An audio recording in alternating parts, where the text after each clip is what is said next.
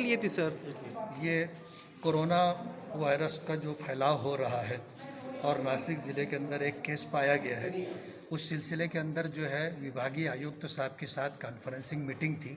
जिसमें वो पूरी सूरत हाल मालूम कर रहे थे कि मालेगांव में कारपोरेशन बोलो या सिविल हॉस्पिटल बोलो, इन लोगों ने क्या क्या इंतज़ाम किया है इस बीमारी से लड़ने के लिए, मुकाबले के लिए, और क्या तैयारी कर ली है और क्या तुमको चाहिए। उस सिलसिले के अंदर जो है कारपोरेशन को भी जो है आदेश दिया गया है, सिविल हॉस्पिटल के सुपरिटेंडेंट को भी, और तमाम जितने एमएलएज हैं सबको जो है 50-50 लाख रुपए की निधि दी गई है कि ये कोरोना वायरस से लड़ने के लिए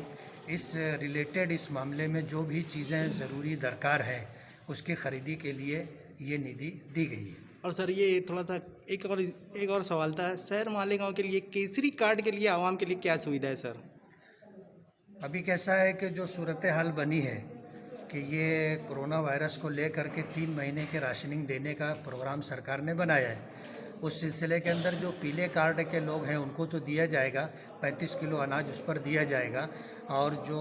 अपने केसरी कार्ड है तो केसरी कार्ड पर जिसमें कुटुंब का प्राविधान है, सिक्का लगा हुआ है, उनको भी जो है राशन दिया जाएगा। लेकिन जिन केसरी कार्ड के ऊपर जो है कुटुंब का प्राविधान और सिक्का नहीं है उनको नहीं मिलेगा। उस सिलसिले में कल मेरी जो है परान साहब से बात हुई, एडिशनल कलेक्टर से बात हुई, और इसी तरह जो है छगन भुजबल साहब से बात हुई कि इस सिलसिले के अंदर जो केसरी कार्ड वाले हैं, प्राविधान कुटुंब का सिक्का लगा हुआ बहुत थोड़े लोग हैं, ज़्यादा लोग तो ऐसे हैं जिनके कार्डों पर सिक्का नहीं है, तो उनको आप अगर राशन नहीं देंगे तो ये जो लॉकडाउन आपने किया है, तो लॉकडाउन की वजह से तो ये है कि काम धंधा सब बंद है।